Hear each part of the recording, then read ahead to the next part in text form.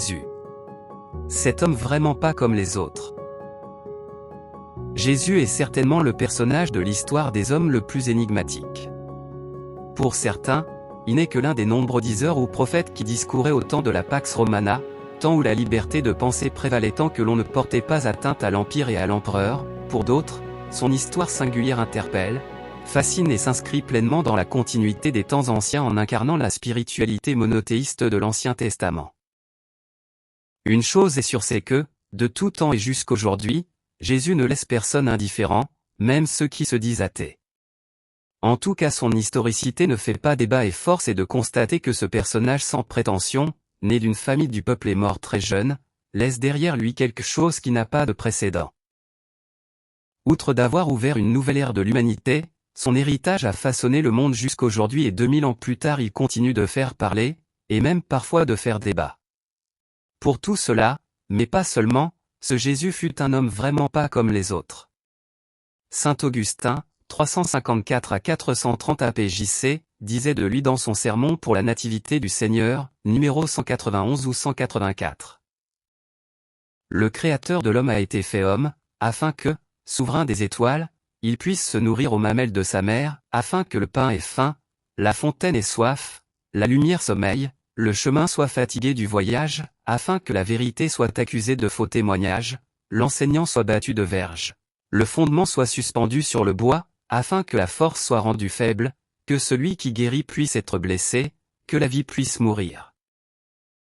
En disant cela, certainement que saint Augustin réagissait à ce que l'apôtre Jean dit de Jésus dès le début de son évangile.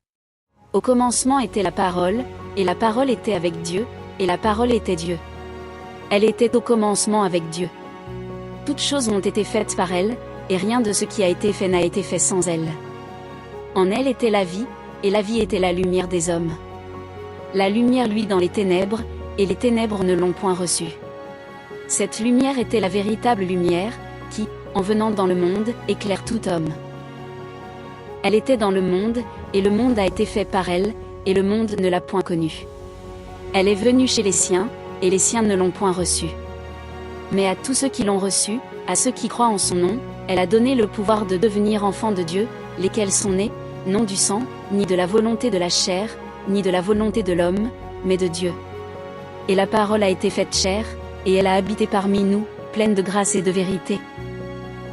Et nous avons contemplé sa gloire, une gloire comme la gloire du Fils unique venu du Père. Jean 1, 1 à 14. Comment cela peut-il être possible? Ce Jésus qui dans son humanité physiologique, biologique et sociale, est contre toute rationalité terrestre, et Dieu est l'initiateur de tout et est venu en abandonnant ses attributs, pour venir vivre dans les mêmes conditions que celles dans lesquelles vivent celles et ceux qu'il a créés. C'est aussi en substance ce que dit Paul aux Philippiens. Jésus-Christ, existant en forme de Dieu, n'a point regardé comme une proie à arracher d'être égal avec Dieu, mais s'est dépouillé lui-même, en prenant une forme de serviteur, en devenant semblable aux hommes, et ayant paru comme un simple homme, il s'est humilié lui-même, se rendant obéissant jusqu'à la mort, même jusqu'à la mort de la croix. Philippiens 2, 6 à 8.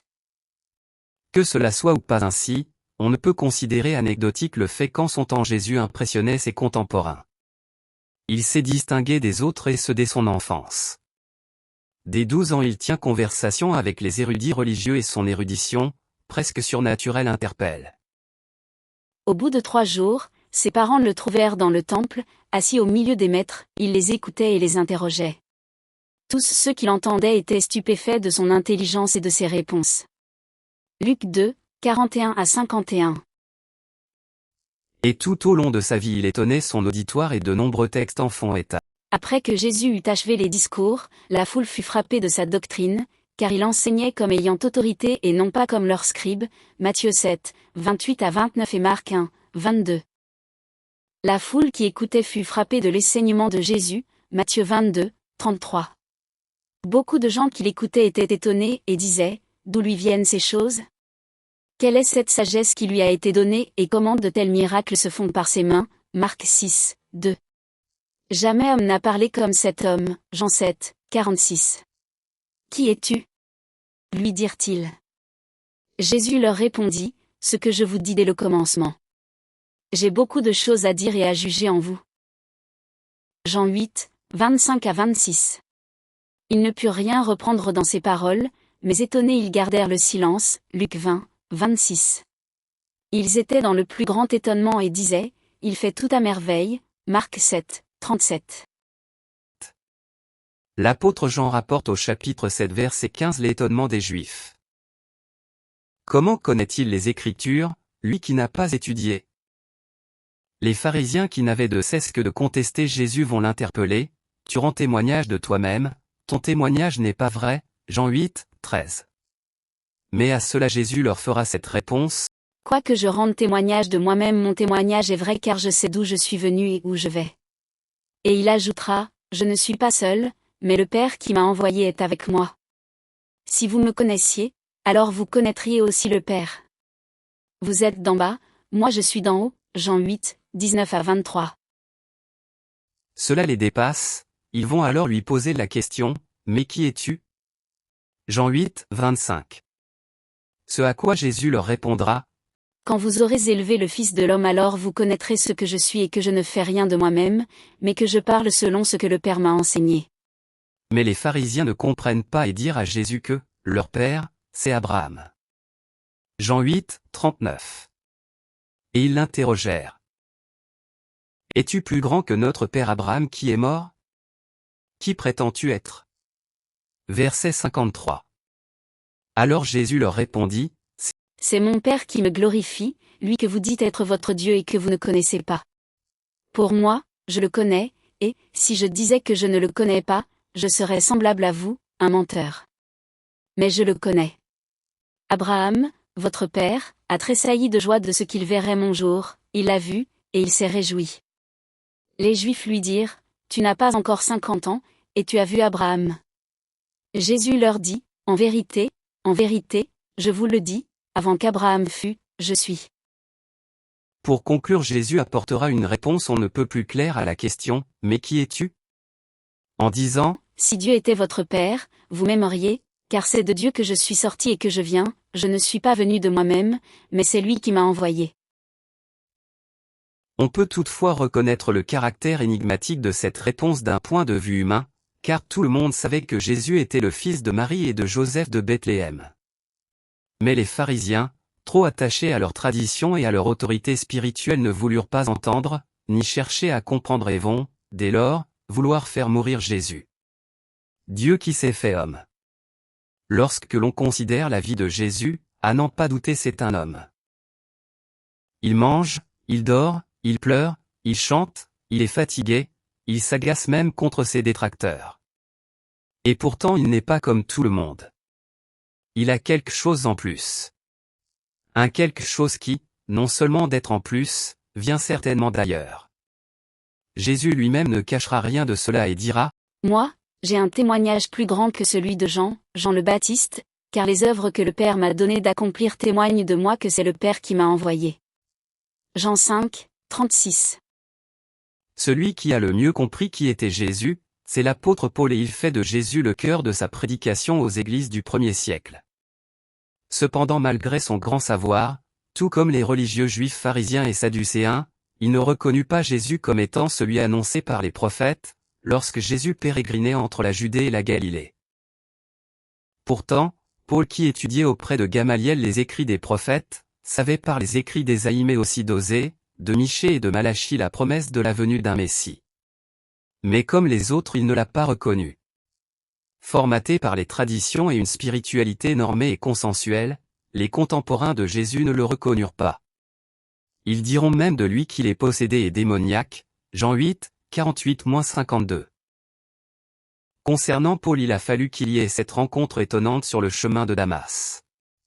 Une rencontre qui va le conduire pendant 3 ans à s'interroger, à rechercher le sens profond des prophéties de l'Ancien Testament et de la comprendre que ce Jésus qui a été maltraité par les siens jusqu'à le faire condamner à mort alors même qu'il fut innocenté de ce dont on l'accusait, n'était ni plus ni moins que l'incarnation de ce que tous les prophètes, des siècles auparavant, avaient annoncé. Le Seigneur lui-même vous donnera un signe, voici, la jeune fille deviendra enceinte, elle enfantera un fils, et elle lui donnera le nom d'Emmanuel. Ésaïe 7 verset 14. Dès lors Paul fera de Jésus-Christ le cœur de sa prédication et comprendra pourquoi il a été rejeté même des siens. Car puisque le monde, avec sa sagesse, n'a point connu Dieu dans la sagesse de Dieu, il a plu à Dieu de sauver les croyants par la folie de la prédication. Les Juifs demandent des miracles et les Grecs cherchent la sagesse. Nous prêchons Christ crucifié, scandale pour les Juifs et folie pour les païens, mais puissance de Dieu et sagesse de Dieu pour ceux qui sont appelés. 1 Corinthiens 1, 21-24. Mais pourquoi donc être scandale pour les Juifs? D'abord parce que le Messie attendu, eu égard aux prophéties de l'Ancien Testament, était attendu comme devant venir rétablir l'intégrité de la terre promise par Dieu à Abraham et donc chasser l'occupant romain, et ainsi régner sur le peuple de l'Alliance. D'ailleurs c'est ainsi que la prophétie de Michée l'expose, « Et toi, Bethléem Ephrata qui est petite parmi les villes de Juda, de toi sortira pour moi celui qui dominera sur Israël et dont l'origine remonte loin dans le passé, à l'éternité. » Michée 5, 1. Jésus, quoiqu'étant présenté comme le roi des Juifs, Matthieu 2, 2, n'a pas été celui-là. Il n'est pas devenu roi et il invitait même à respecter le pouvoir en place. Par ailleurs, comment le Messie promis par les prophètes pouvait-il finir par mourir de la plus infâme des manières?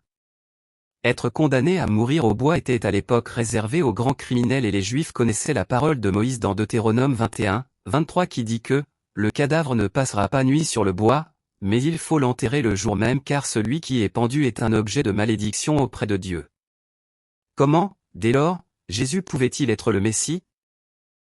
Concernant les non-juifs, Jésus était une folie parce que c'est tout le contraire de la rationalité que l'homme recherche. Tout le contraire de ce que diffusent les courants philosophiques qui mettent la recherche des savoirs comme le moyen d'atteindre le monde parfait, mais qui s'avère être une quête sans fin. Tout cela est guère différent aujourd'hui. Et pour vous, qui est Jésus? Que l'on soit chrétien, musulman ou juif, Jésus est un personnage connu. Mais que disons-nous de lui? Le connaissons-nous vraiment? Est-il tout au plus un symbole traditionnel, notamment celui de Noël? Est-il seulement un homme parmi d'autres, qui en son temps a colporté une pensée nouvelle de laquelle n'émane qu'une nouvelle religion? Ou est-il celui qui dès les temps anciens est annoncé pour venir réconcilier l'homme avec Dieu et apporter la paix dans un monde qui se perd? C'est ainsi en tout cas que le présente l'apôtre Paul. Le Fils est l'image du Dieu invisible, le premier-né de toute la création. En effet, c'est en lui que tout a été créé dans le ciel et sur la terre, le visible et l'invisible, trône, souveraineté, domination, autorité. Tout a été créé par lui et pour lui. Il existe avant toute chose et tout subsiste en lui. Il est la tête du corps qu'est l'Église, il est le commencement, le premier-né d'entre les morts, afin d'être en tout le premier. En effet, Dieu a voulu que toute sa plénitude habite en lui. Il a voulu par Christ tout réconcilier avec lui-même, aussi bien ce qui est sur la terre que ce qui est dans le ciel, en faisant la paix à travers lui, par son sang versé sur la croix. Colossiens 1, 15-20. Jésus est un homme pas comme les autres, pas seulement dans ce qu'il a été dans sa vie terrestre, mais aussi par le message qu'il a porté. Un message différent de tout ce qui existe sur terre, et encore aujourd'hui.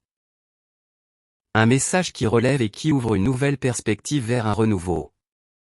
Un message qui ne repose pas sur la contrepartie d'une pratique légaliste mais qui repose sur le choix délibéré d'une relation qui se noue et de laquelle on trouve ce qui ne se trouve pas ailleurs.